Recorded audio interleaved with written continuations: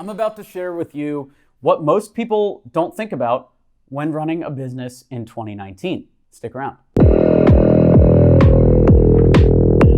By the way, if you want the system that we're covering in this video as a free checklist, grab the link in the description. You can have a PDF of everything we talked about. I've been an entrepreneur almost a decade now. It's pretty surreal to think about the path from me sitting on my bed in college reading the 4-hour work week to now. But here we are, it's 2019, almost 2020. I watched a documentary one time, it said by 2020 we were gonna have VR lions and stuff, like virtual lions running around. I don't see it. How hard is VR? This is the question we're gonna find out. Look at this digital lion. Did you know this lion's not even real? Here are 5 things that most people don't think about when running a business in 2019. Stick around. Number 1 is making revenue does not equal profit. I was at a conference recently and this dude I was talking to said, yeah, man, I'm making $20 million a year. Like some kind of crazy number like that. And yet you look at his clothes, he's not wearing designer clothes. He didn't have a nice watch. There were no nice accessories on him. You could even tell by his face that he was stressed out. There was no way this guy was making $20 million unless he was doing something terribly wrong with his business systems. What I found out later was he was making 20 million, but he was doing, it was metal resales or something like that. It was like a super high volume business where they were recycling metal and it required a lot of space and it required a lot of costs. So he might have actually been making 20 million, but he might have been making 3%. 3% of $20 million, is that 3 million? No, it's $600,000. So revenue does not equal profit. It was the same at X27. We had a lot of clients for a long time and we were succeeding with them, but our problem was me and Robert weren't really taking home that much pay. Most of our money was actually going to our team. And what we realized was we were paying salaries and we were supporting people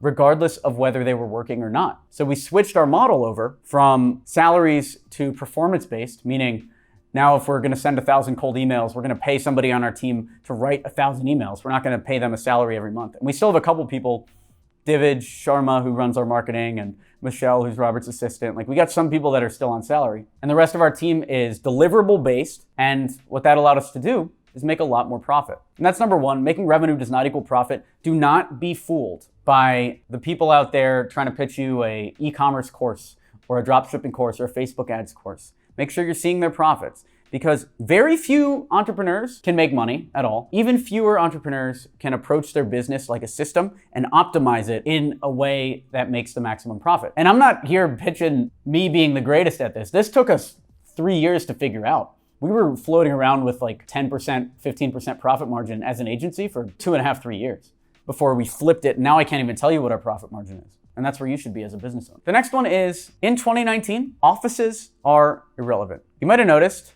this is not an office. This is my apartment in Las Vegas. And yeah, I got some paintings behind me. I've got it kind of set up like an office. My desk is back there where I do most of my work, but my team isn't here. Robert's somewhere else. He might be in Romania right now. He might be in the UK. Who even knows where he is? He's just hanging out with his wife. The rest of the people on our team are the exact same way. I don't know where they are. Divaj, I assume, is in India right now. I have no idea. They're doing whatever they want. As long as they're producing work, I'm gonna keep them on the team. That's that. And that's the way that most companies are going. If you project out 30 years in the future, and the way that whenever I buy real estate, I think about the same thing. I would never buy commercial real estate. I think WeWork is a shitty investment because you go out 30 years from now. What do I see 30 years from now? I do not see anyone working in an office, maybe a co-working space. So maybe WeWork's a decent investment, but most people are gonna be hanging out with their family or friends in a dorm-like setting or an apartment-like setting. And they're gonna work from one of these things. This is a laptop for anyone watching in the future. And that's the way it's going. And even major corporations are trending this way. I have a few friends that work for FANG companies, so Facebook, Apple, Netflix, Google, those kind of companies. And even them, they've got a lot of workers that are remote. No office, no need. Even though they have an office, there is a growing number of people that are not working from them. The next one is similar to that point. Culture is unnecessary if you set the right lead and lag measures. The bare minimum culture that we have at our company is we just need to have respect, meaning we're not gonna be catty, we're not gonna be passive aggressive, and this is something we all work on together. We're gonna always approach each other with respect. That's as far as our culture goes, because our team is completely distributed across, the quadrant's a conglomerate. We might have 60 people. I don't even know how many people we have working for us right now. As long as they're doing their work, I don't care what religion they are. I don't care what their interests are. I don't care what their background is. And nobody really needs to even know what those things are. I had one couple that was working here. They were best friends. and they just lived in an apartment in LA. They loved working out, and then they would come home and work on X27.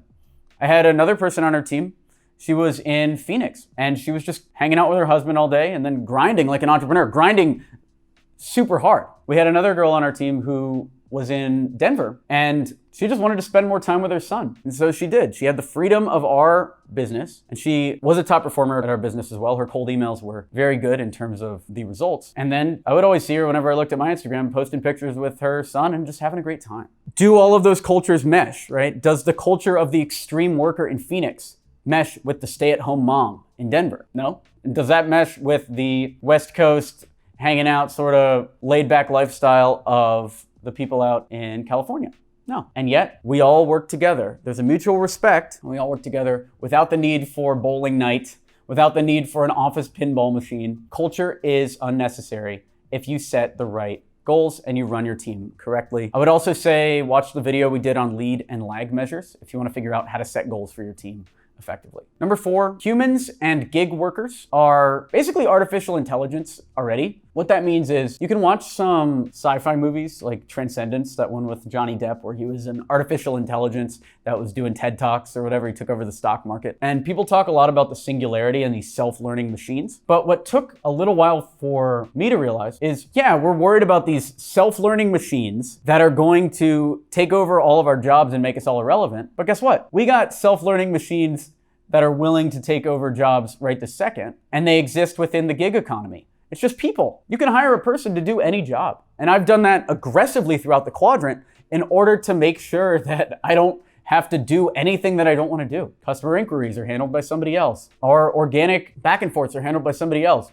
I'm doing YouTube comments. I'm engaging with our private Facebook group in Email 10K for now. But even that, if I ever burn out on it, I won't be here because people can jump in and they're just as smart as that singularity vision. Some people will look out in the future and they'll say, oh no, I'm so scared that computers are going to take our jobs. Well, guess what? You can hire somebody right now to take your job. You don't have to wait for a computer to take your job. And then you can just chill. Just make sure that computer is working. Make sure that person is working. The only difference I found between workers and the artificial intelligence is the workers are going to need congratulations every now and then. I assume once the singularity hits, these machines are going to be unfeeling productivity masters. And that actually brings us to another point, which is machine learning is smarter than ever. Ditch the targeting and go for large numbers of tests. This relates specifically to Facebook advertising and the Facebook algorithm. I haven't messed around enough with Google AdWords, but I will tell you this, the Facebook algorithm is smarter than anyone has given it credit for in a video so far. I haven't seen this hyped, but with our ads, we've seen tremendous results going with just the base targeting. So like only people in the US, any age, any gender, any platform, and letting the machine learning figure out exactly where our buyers are. We've gotten cheap email signups this way. We've gotten cheap landing pages this way. We have sold things for a profit using this AI or really machine learning. So one point is that, I don't know if you can tell, but I was really worried and robots taking our jobs before I realized in 2019, you can use the machine learning to your advantage because people have not figured out how smart these robots are.